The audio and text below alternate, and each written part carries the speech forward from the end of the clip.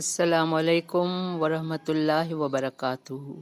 رب اشرح لی صدری ویسر لی امری واحلل عقدۃ من لسانی یفقہوا قولی رب زدنی علما۔ اللہم فقہنا فی الدین، اللہم توفیقی الا باللہ، اللہم انی اسألک علما نافعا عملا متقبلا رزقا طیبا، آمین الہی آمین۔ اللہم صلی علی محمد وعلی آل محمد کما صلیت علی ابراہیم وعلی آل ابراہیم انک حمید مجید۔ اللہم بارک علی محمد وعلی آل محمد کما بارکت علی ابراہیم وعلی آل ابراہیم انک حمید مجید۔ سب سے زیادہ جو ذکر قرآن میں جس نبی کا آیا ہے وہ ہے موسیٰ علیہ السلام، اور سب سے زیادہ جو چیلنجز کا سامنا تھا وہ بھی موسیٰ علیہ السلام کو تھا۔ قرآن میں بار بار اس کا قصہ بتا کے آپ صلی اللہ علیہ وآلہ وسلم کو تسلی دی جا رہی ہے کہ آپ پہلے نبی نہیں ہیں جن کو اتنی مشکلات اور چیلنجز کا سامنا ہے۔ ہر نبی کو اپنے وقت میں چیلنجز کا سامنا تھا۔ ان کی قوم جہالت کی وجہ سے کسی نبی پر ایمان نہیں لاتی تھی۔ تو ہم پڑھ رہے ہیں آپ صلی اللہ علیہ وآلہ وسلم کو یہ تسلی دے کر بتایا جا رہا ہے یہ قصے، حالانکہ آپ صلی اللہ علیہ وآلہ وسلم اس وقت موجود نہیں تھے۔ تو موسیٰ علیہ السلام آپ بار بار سنتے ہوں گے کہ موسیٰ علیہ السلام کی قوم کتنی نافرمان ہے، کتنی نعمتوں کے باوجود وہ کوئی نہ کوئی نافرمانی کرتے ہیں۔ آج ہم ان کی دوسری نافرمانی پڑھیں گے۔ ہماری آیت نمبر ہے 57 سورۃ البقرہ۔ اعوذ باللہ من الشیطان الرجیم، بسم اللہ الرحمن الرحیم۔ وَظَلَّلْنَا عَلَيْكُمُ الْغَمَامَ وَأَنزَلْنَا عَلَيْكُمُ الْمَنَّ وَالسَّلْوَىٰ، كُلُوا مِن طَيِّبَاتِ ما رزقناكم وما ظلمونا ولكن كانوا أنفسهم يظلمون۔ وَإِذْ قُلْنَا ادْخُلُوا هَٰذِهِ الْقَرْيَةَ فَكُلُوا مِنْهَا حَيْثُ شِئْتُمْ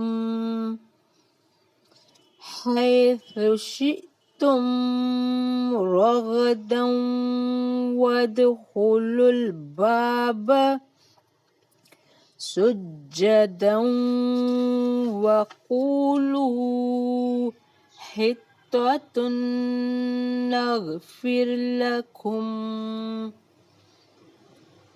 نغفر لكم خطاياكم وسنزيد المحسنين۔ فبدل الذين ظلموا قولا غير الذي قيل لهم فأنزلنا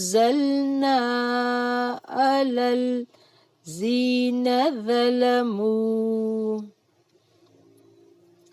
ظلموا رجزا من السماء بما كانوا يفسقون وإذ استسقى موسى لقومه فقلنا اضرب بعصاك الحجر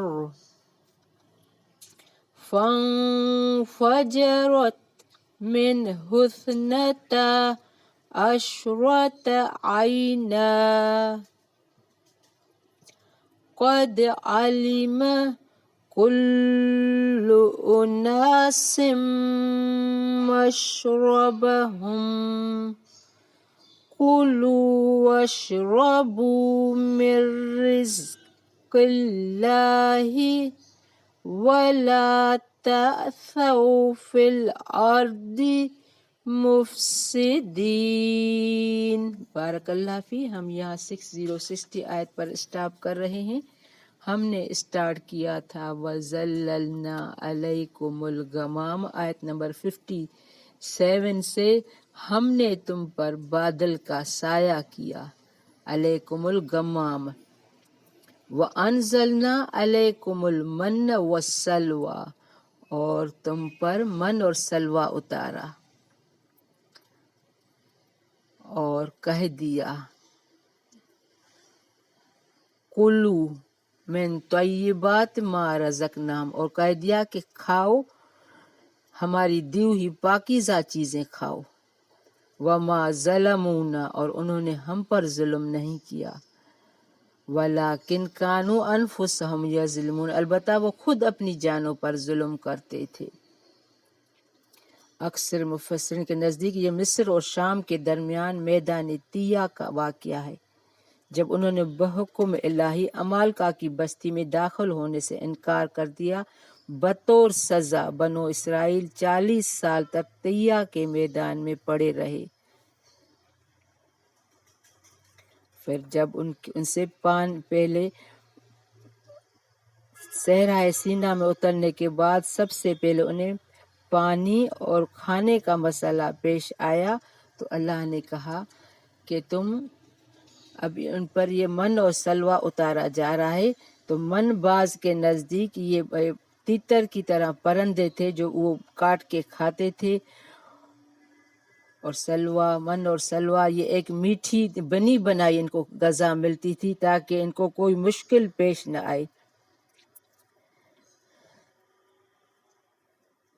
اس کا مطلب یہ کہ جس طرح بنی اسرائیل کو وہ کھانا بلا وقت بلا دقت بہم پہنچ جاتا تھا، اسی طرح کھم بھی بغیر کسی بونے کے پیدا ہوتی ہے۔ یہ سلوہ بٹیر یا چڑیا کی طرح ایک پرندہ تھا۔ من میٹھی چیز تھی اور سلوہ جو تھا وہ بھنی ہوئی چہری چیز تھی، اسپائسی۔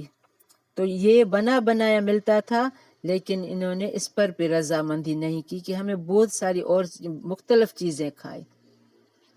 اب یہ دوسرا ہے، وَإِذْ قُلْنَا ادْخُلُوا هَٰذِهِ الْقَرْيَةَ، ہم نے تم سے کہا کہ اس بستی میں، هَٰذِهِ الْقَرْيَةَ بستی میں جاؤ، کُلُوا مِنْهَا حَيْثُ شِئْتُمْ رَغَدًا وَادْخُلُوا الْبَابَ، اور جو کچھ جہاں سے چاہو فراغت کھاؤ پیو، اور دروازے میں سجدہ کرتے ہوئے گزرنا۔ اس بستی میں جاؤ، یہ بیت المقدس کی بستی تھی، ان میں ان کو ابھی ان کے وہاں جانے کا ہے، تو تم اس لیکن عاجزی سے جانا، وہاں جا کے جو کچھ بھی کھاؤ فراغت سے کھاؤ پیو، لیکن سجدہ کرتے ہوئے جانا۔ وَادْخُلُوا الْبَابَ سُجَّدًا، اور کیا کہتے جانا، وَقُولُوا حِطَّةٌ، اور زبان سے حِطَّةٌ کہو، نغفر لکم، تمہاری خطائیں معاف کر دیں گے، نغفر لکم خطایاکم، تمہاری خطائیں معاف، وسنزید المحسنین، اور نیکی کرنے والوں کو زیادہ دیں گے۔ اس بستی کا نام بیت المقدس بتایا جا رہا ہے، سجدہ سے بعض حضرات نے یعنی کہا ہے کہ جھکتے ہوئے جانا، یعنی اللہ کا سجدہ شکر بجا لانا، لیکن انہوں نے ایسا نہ کیا۔ اور حطتن کہا تھا، اس کے معنی ہے ہمارے گناہ معاف کرنا، لیکن انہوں نے حطت ان کی بجائے حبت فی شیر یعنی گندم بالی میں، یہ بھی ایک استہزاء مشکری کرتے ہوئے گئے، جن سے ان کا سرکشی کا معلوم ہوتا ہے کہ ان کو ادھر بھی سرکشی ہوئی، مذاق کرتے ہوئے حبت فی شرط کہتے ہوئے گئے۔ فبدل الذین ظلموا، پھر انہوں نے ظالموں نے اس بات کو جو ان سے کہی گئی تھی بدل دیا، قولاً غیر الذی، دوسری بات کہی، قیل لہم فانزلنا، ہم نے بھی ان ظالموں پر ان کے فسق و نافرمانی کی وجہ سے آسمانی عذاب نازل فرمایا، لہم فانزلنا علی الذین ظلموا، ان کے ظلم کی وجہ سے، رجزا من السماء بما کانوا یفسقون، ان پر فسق و نافرمانی کی وجہ سے آسمانی عذاب نازل کیا۔ یہ آسمانی عذاب کیا تھا؟ بعض کے نزدیک سخت پالا یعنی طاعون کی بیماری ان پر آئی، اسی لیے نبی پاک نے فرمایا طاعون اسی رجز و عذاب کا حصہ ہے جو تم سے پہلے بعض لوگوں پر نازل ہو چکا ہے۔ دیکھو یہ نافرمانیوں کے پر ان کو کیسی کیسی سزائیں دی جا رہی ہے۔ وَإِذِ اسْتَسْقَىٰ مُوسَىٰ لِقَوْمِهِ، جب موسیٰ علیہ السلام نے اپنی قوم کے لیے پانی مانگا، اب وہ بستی میں ظاہر ہے ان کے لیے من و سلوہ تو آتا رہا تھا، اب ان کو پانی بھی فراوانی سے چاہیے تھا۔ فَقُلْنَا اضْرِب بِعَصَاكَ الْحَجَرَ، تو کہا ہم نے مارو، تو ہم نے کہا کہ اپنی لاٹھی پتھر پر مارو، بِعَصَاكَ الْحَجَرَ، فَانْفَجَرَتْ مِنْهُ اثْنَتَا عَشْرَةَ عَيْنًا، جس سے 12 چشمے پھوٹ نکلے، عشرۃ عینا، قد علم کل اناس مشربہم، ہر گروہ نے اپنا چشمہ پہچان لیا، اور کہہ دیا ہم نے کلوا واشربوا من رزق اللہ، کھاؤ پیو اللہ کے رزق میں سے کھاؤ پیو، زمین میں لیکن فساد نہ کرنا، فساد کرتے نہ پھرو۔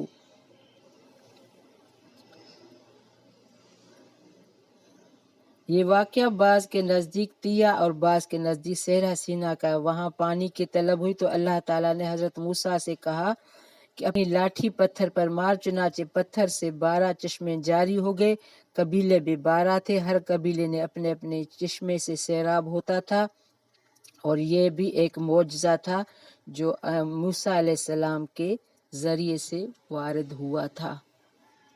وَإِذْ قُلْتُمْ یا موسیٰ،